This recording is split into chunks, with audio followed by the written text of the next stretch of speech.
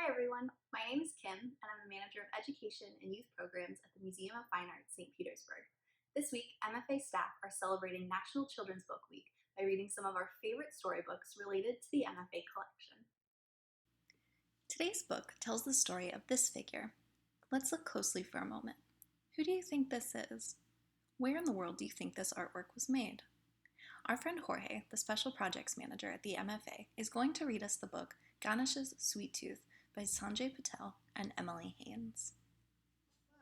I'm Jorge Vidal, the Special Projects Manager at the Museum of Fine Arts. And this is my son, Diego. Say hello, Diego. Hello, Diego. Today we're going to read Ganesha's Sweet Tooth. Ganesha's Sweet Tooth by Sanjay Patel and Emily Haynes. Hey, I've seen that Ganesha at the Museum of Fine Arts. Ganesha's Sweet Tooth, illustrated by Sanjay Patel. Ganesha is a Hindu god. He's very important and powerful and a tad chubby. But when he was a kid, he was just like any other kid, except that he had an elephant's head and cruised around on a magical mouse, collecting fruit, rice, sweets, and other gifts from the temples in the neighborhood. Ganesha loved to eat sweets and candy, and especially the traditional Indian dessert laddu. His best friend, Mr. Mouse, could eat only one at a time, which was okay by Ganesha. He didn't want to share all his laddus. Squeak! One day while Ganesha and Mr. Mouse were out looking for sweets, they discovered a new kind of laddu.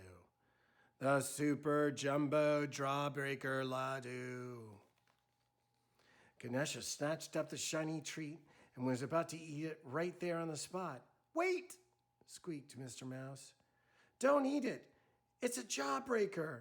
It'll break your tusk. But I'm a god, said Ganesha. I'm invincible. Ganesha popped the laddu into his mouth. He bit down and... snap! Squeak! Oh no, Mr. Mouse yelled. How will I ever put my tusk back on, Ganesha wailed. Ganesha was very clever and tried all sorts of ideas. What if I tie it on with string? What if I stick it on with glue? Maybe I could just hold it on with my hand. But nothing worked. I look lopsided, he said. Everyone will laugh at me.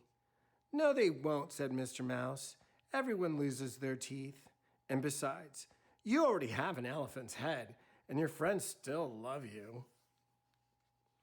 Ganesha wasn't convinced. He thought he looked awful. He took all his anger and frustration and hurled his tusk at the moon. But the tusk didn't hit the moon. It sailed over a bush and hit the head of an old man who was walking by.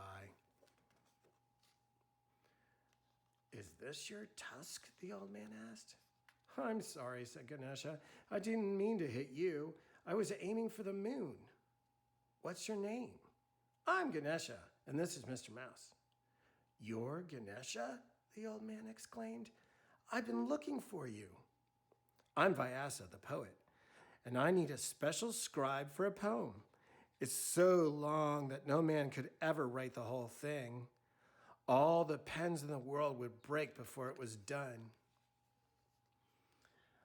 I'm not a man, said Ganesha, and I love stories, but I don't have anything to write with. What about your tusk? Vyasa asked. That's just a big tooth, Ganesha said. It's a very special tooth, Vyasa explained, handing Ganesha a piece of paper. Give it a try. Ganesha took the paper and pressed down with the tip of his tusk. It made a mark. Ganesha was so excited that he drew a flower and a tree and a picture of Mr. Mouse, along with a few of his other favorite things. I love my tusk, said Ganesha. I'd be happy to help you. What is this story about? The beginning of things, said Vyasa. It's rather hard to sum up. It's called the Mahabharata. "Excuse me," said Mr. Mouse, jumping on the end of Ganesha's trunk. "I don't mean to interrupt, but what exactly are the terms of this agreement? It is a very long poem after all. Can you tell the whole story in one go, Vyasa? No stopping?" "As long as Ganesha understands the meaning of everything I say." "And can I eat sweets while I write?" asked Ganesha. "As long as you don't stop writing," said Vyasa. Ganesha and Mr. Mouse agreed. "Let's begin." As Vyasa spoke, Ganesha put his touch to the paper and began writing. Soon he forgot all about the super jumbo jawbreaker Ladu and how funny he looked. He even forgot about the sweets he wanted to eat. "Long ago," Vyasa said, "there lived a brave king of Hastinapur. One day, when he was out hunting, he happened upon a beautiful woman sitting on the banks of the Ganges River.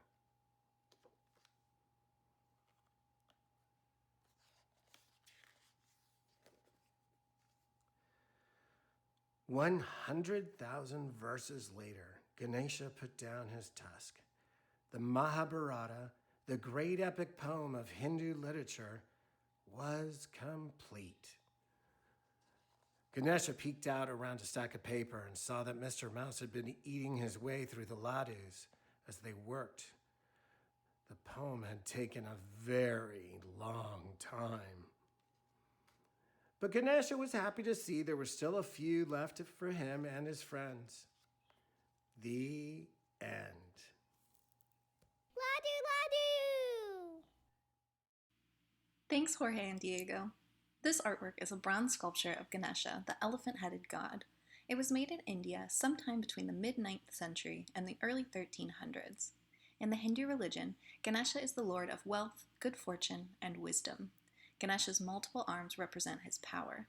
Like in the book, Ganesha holds both his broken elephant tusk and his favorite sweet cake. Thanks again to Jorge, Diego, and you for joining us today. Tune in next time for another favorite storybook related to the MFA.